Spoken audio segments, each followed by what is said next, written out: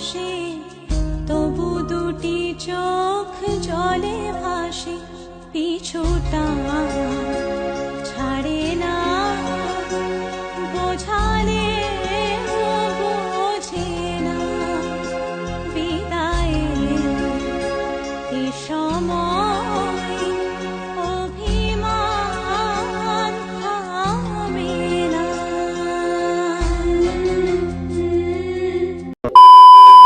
আজকে হচ্ছে আমার বিদায়ের সকাল। তো সকাল থেকে ব্লগটা আর কি শুরু করেছে আর কি আমার বেস্ট ফ্রেন্ড কান্তি, আর আমি এখন এডিট করতে বসেছি। তো আমি জানি না আজকের ব্লগটা তোমাদের কেমন লাগবে বা কিভাবে প্রেজেন্ট করতে পারবো তোমাদের সামনে।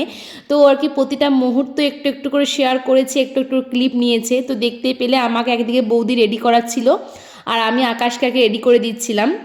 তখন রেডি হয়ে আমি নিচে এসেছি, আর নিচে আসার পরে মাকে খুঁজছিলাম, আর মানে মাকে সমস্তটা বুঝিয়ে দিলাম যে আমার রুমের চাবি কোথায় কি থাকে না থাকে, মা এবার থেকে সমস্ত দায়িত্ব তোমার, তুমি সব ঠিকঠাক করে রেখো। মানে এতদিন যেগুলো আর কি আমি দেখে শুনে রাখতাম, আজ থেকে তো সব কিছু মাকেই দেখে শুনে রাখতে হবে, বাড়ির সবাইকেই দেখে শুনে রাখতে হবে। যাই হোক, তো এই যে এখন আকাশ খাচ্ছিল আর আমার একদমই সকাল থেকে কিছুই খেতে ইচ্ছা করছিল না, কারণ আমাদের এতটা লেটে আর কি বিয়ে হয়েছে, ভোরবেলা খাওয়া দাওয়া হয়েছে একটু করে, তাই একদমই শরীর ভালো লাগছিল না। আর তারপর মনের অবস্থা তো বাদই দাও। তো আজকে আর কি দেখতেই পাচ্ছ এখন আর কি বেরোচ্ছি খাওয়া দাওয়া করে, মানে আমি কিছু খাইনি, জাস্ট একটু নুন চিনি জল খেলাম আর আকাশ খেলো আর কি। তো আমরা এখন সবার প্রথমে পুরো গ্রামে আর কি যত মন্দির আছে মন্দিরে মন্দিরে প্রণাম করে আসব। তারপরে আর কি বাড়িতে এসে যে নিয়ম কানুনগুলো হয় আর কি, আশীর্বাদ করে বড়রা, তারপর যৌতুক পড়ার অনেক নিয়ম আছে। তো সেই সব করার পর কিন্তু শ্বশুরবাড়ি যাব। তো এখনই আমার বিদায় হচ্ছে না, কিন্তু এখন আমরা প্রণাম করতে যাচ্ছিলাম।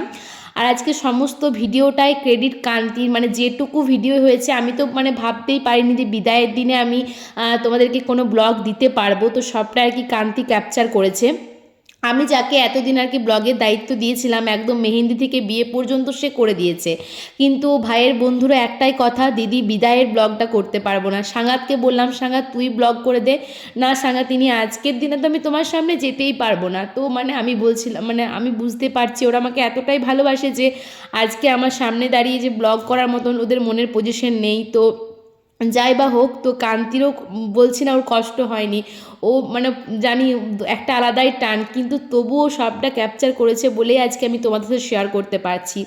তো দেখতেই পাচ্ছ এখন ঘোড়ার গাড়িতে আর কি চেপে পড়েছি, আর এখন আর কি যাচ্ছিলাম। আর এই গ্রামের রাস্তাঘাট দিয়ে পেরোচ্ছি, চেনা মানুষদেরকে দেখা হচ্ছে, মানে কি যেন মনে হচ্ছিল, কারণ আর তো কয়েক ঘন্টা বলো তারপর তো আমি এই গ্রাম এই বাড়ি এই সবাইকে ছেড়ে চলে যাব। তো যাই হোক, তো এখন আর কি ঘুরতে ঘুরতে সবার প্রথমে আর কি বলরাম মন্দিরে এলাম, আর এই মন্দিরে আর কি প্রথম আর কি প্রণাম করতে ঢুকেছিলাম। আর আজকে বলরাম মন্দিরে প্রথম আর কি আকাশ এলো, এর আগে হয়তো আসেনি কোনো দিন। আর আমার মনে হয় সব কিছুই আর কি নতুন কিছু শুরু করার আগে ভগবানের আশীর্বাদটা আগে প্রয়োজন। তো সে কারণে আর কি সমস্ত মন্দিরে আমরা প্রণাম করেছিলাম, তাতে হয়তো আমার একটু লেট হয়েছিল, শ্বশুরবাড়ি যেতে অনেকটাই লেট হয়ে গিয়েছিল। তোমরা সবটাই দেখতে পারবে, কারণ বধূবরণের ভিডিও তোমাদেরকে আমি দেখাবো। শ্বশুরবাড়ি যাওয়ার পরেও আমি ওখানেও একজনকে আর কি দায়িত্ব দিয়েছিলাম ভিডিও করার জন্য। যাই হোক, তো এখন আর কি মন্দিরে এলাম। আর যেহেতু আমাদের বিয়েটা অনেকটা লেটে হয়েছিল, আর সকালবেলাও সবার আর কি এনার্জি মানে ছিল না, বুঝতেই পারছো এত রাতে, মানে রাত বলতে কি ভোরবেলা সবাই বিয়ে দেখে আর কি ঘুমিয়েছে। তো সকালবেলা আর কি স্বাভাবিক সবারই শরীরটা আর কি একটু খারাপ করছিল। তো যাই হোক, তো আর তাই আর কি মন্দিরে মন্দিরে একটু ঘুরতে দেরি হচ্ছিল। এখন প্রায় 12টা মতো বাজে, হয়তো আমার ঠিক টাইমটা মনে নেই, আমি অনেক পরে ভিডিও এডিট করতে বসেছি।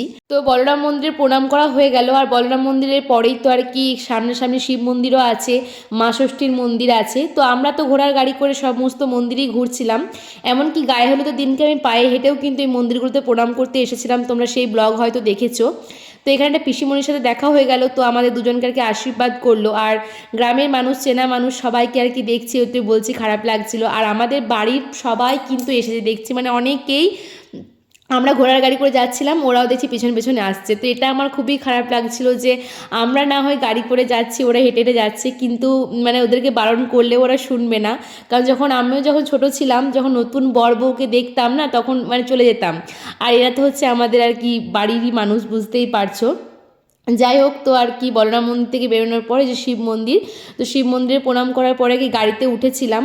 আর তারপরে আর কি কালী মন্দির আছে, এখন অনেকগুলো মন্দির আছে তোমরা দেখতেই পারবে। আর বাড়িতে গিয়ে এখন সমস্ত নিয়ম কানুন সবটাই বাকি, মানে অনেকে হয়তো বলছিল একটু তাড়াতাড়ি করো আর কি যেতে হবে বাড়ি, কিন্তু আমার মনে হচ্ছিল যেন না এরকমই ঠিক চলছে, যেমন চলছে ঠিকই আছে। কারণ কারণ আমার মনে হচ্ছিল যত লেট হবে আর কি ততক্ষণ আমি আমাদের গ্রামে থাকতে পারবো, ততক্ষণ বাড়িতে থাকতে পারবো, এটাই মনে হচ্ছিল। কিন্তু সেটা তো স্বার্থপরের মতো নিজের কথা ভাবলে হবে না, কারণ সব কিছুর নিয়মকানুনের সময় আছে। যাই হোক, তো দেখতেই পাচ্ছ এখন আর কি বলরাম মন্দির অনেক টাইম কাটলো, যেহেতু এখানে অনেকেই ছিল, সবার সাথে কথা বলা, তারপর প্রণাম করা। তো এখন আর কি বেরিয়ে চলে এসেছে আর কি দরবারে কালী মন্দিরে। তো এখানেও তো কালী মন্দির, গৌর মন্দির, পাশাপাশি অনেকগুলোই মন্দির আছে। যাই হোক, তো চলো দেখতে থাকো, সঙ্গে থাকো, ব্লগটা কন্টিনিউ করো।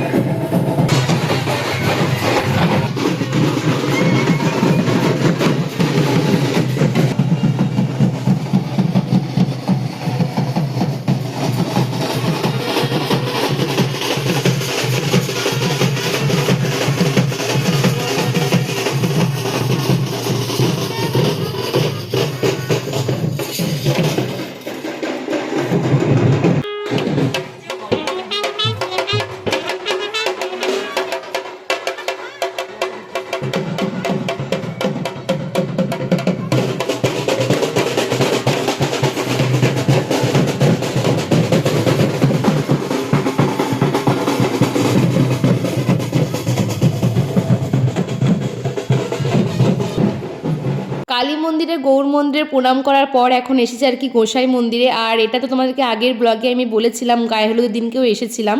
এটা হচ্ছে আমাদের বাড়ির ঠাকুর একদমই। তো এখানেই আমাদের আর কি বিয়েটা হয় আর কি, সমস্ত দিদিদের বিয়ে এখানেই হয়েছে। কিন্তু তোমাদেরকে তো বলেছিলাম যে কেন এখানে আমার বিয়ে হয়নি, তার জন্য আর কি গায়ে হলুদের ব্লগটা তোমরা একবার দেখে নিও। যাই হোক, তো এইটাই হচ্ছে একটা জেঠুদের বাড়ির মধ্যেই গোসাই ঠাকুর আছে, জেঠুকে আর কি প্রণাম করলাম। এই জেঠু আমাদের আর কি জেঠুই হয় নিজের একদম।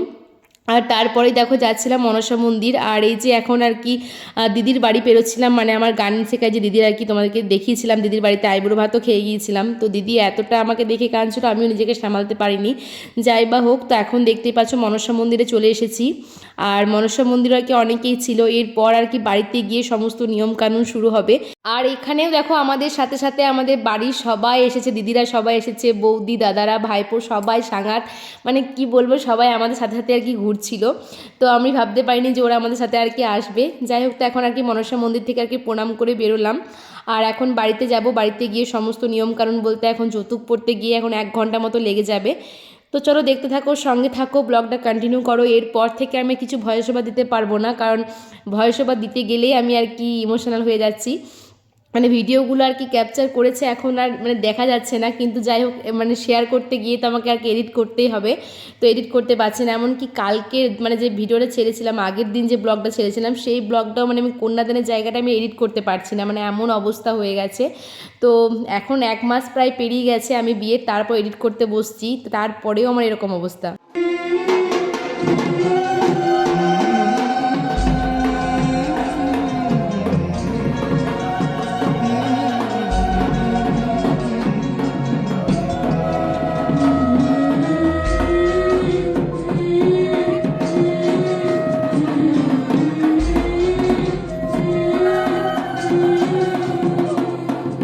ঝলমলে লালচেনি একবারে আলো, যেতে যেতে মন ফিরে তাকালো।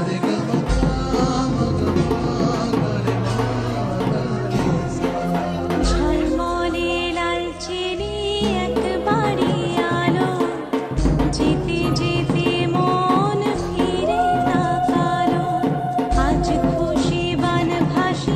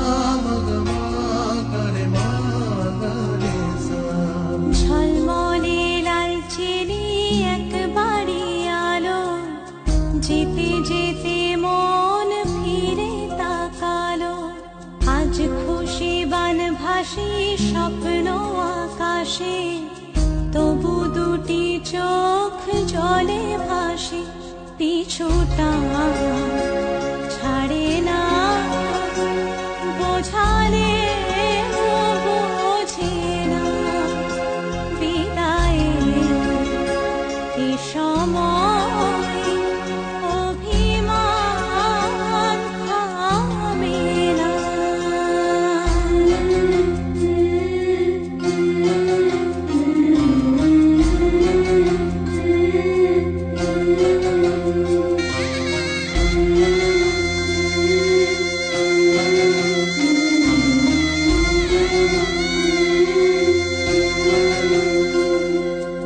নববধূ সাজমালা বদলার শুভ দৃষ্টির মধুর লগন, শাখা সিঁদুরের নতুন জীবন, জানি চিরদিন সে বড় আপন, আজ থেকে সে পথে আজ থেকে সে পথে যেতে হবে যে। আমাদের বাড়ির বড়রা সবাই আমাদেরকে একের পর এক আশীর্বাদ করলো, হয়তো কয়েকজনের আশীর্বাদ তোমাদেরকে দেখাতে পেরেছি, সবটা শেয়ার করতেও পারিনি, আর কান্তি সবটা মানে ক্যাপচারও করেনি। সত্যি কথাই ফোনে প্রচুর জায়গা খাচ্ছে ভিডিওর জন্য, আর তাছাড়া ব্লগটাও অনেক বড় হয়ে যেত, মানে এমনিতেই 16 মিনিটের ব্লগ হয়ে গেছে, জানি না কজন দেখবে নাকি সবাই স্কিপ করে চলে যাবে, আমি নিজেও জানি না।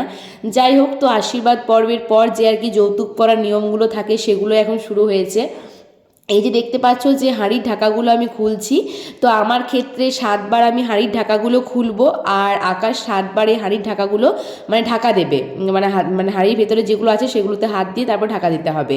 আর এই একই নিয়ম আর কি আবার আকাশের ক্ষেত্রেও হবে, মানে আকাশ 9 বার ঢাকাগুলো খুলবে, যেহেতু ছেলেদের ক্ষেত্রে সব কিছুই 9 বার করে হয়, আর আমি 9 বার ঢাকা দেব।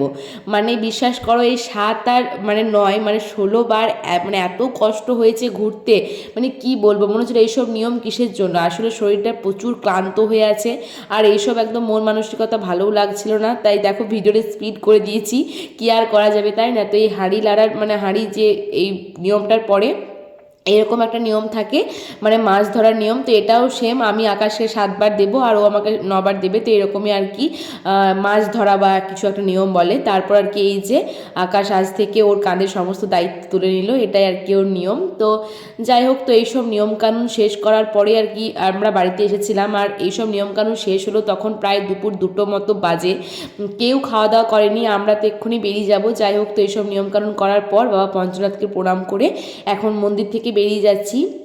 বাড়িতে গিয়ে এখনও একটা অদ্ভুত নিয়ম, মানে কি বলবো, কনকাঞ্জলি দেওয়ার নিয়মটা আছে।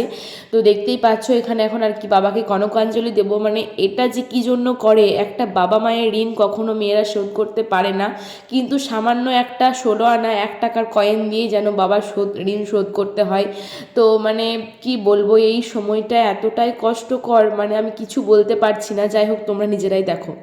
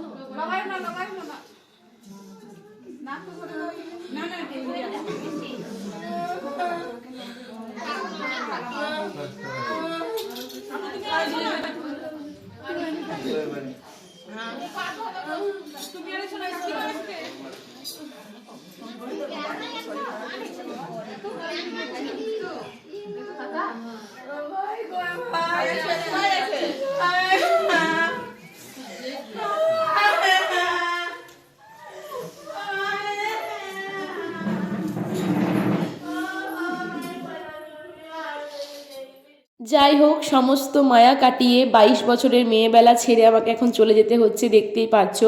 আর কান্তি ভেতরে গিয়ে আর কোনো ভিডিও শ্যুটই করতে পারেনি, এমনকি দেখতে পেলে কনকাঞ্জলির ভিডিওটা ও অনেক দূর থেকে করেছে, মানে ও ক্যামেরা করতে পারছে না। ও নিজেই বললো যে আমি ওখানে থাকতে পারছিলাম না, ওসব দেখতে পারছিলাম না। তো আমি গাড়ি থেকে দেখতে পেয়েছি যে ও এক কোনায় দাঁড়িয়ে আছে, তাই ওকে ধরে আর কি মানে মনে হচ্ছিলো গাড়ি থেকে যেন নেমে পড়ি, মানে এতটা খারাপ লাগছিল। যাওয়ার সময় শেষ ভালো করে ওর সাথে কথাও বলতে পারলাম না। তো যাই হোক, তো চলো বন্ধুরা, আজকের ব্লগটা আমি এখানেই শেষ করছি। দেখা হবে নেক্সট ব্লগে, ততক্ষণ পর্যন্ত সবাই ভালো থেকো, সুস্থ থেকো। তো চলো, টাটা, বাই বাই।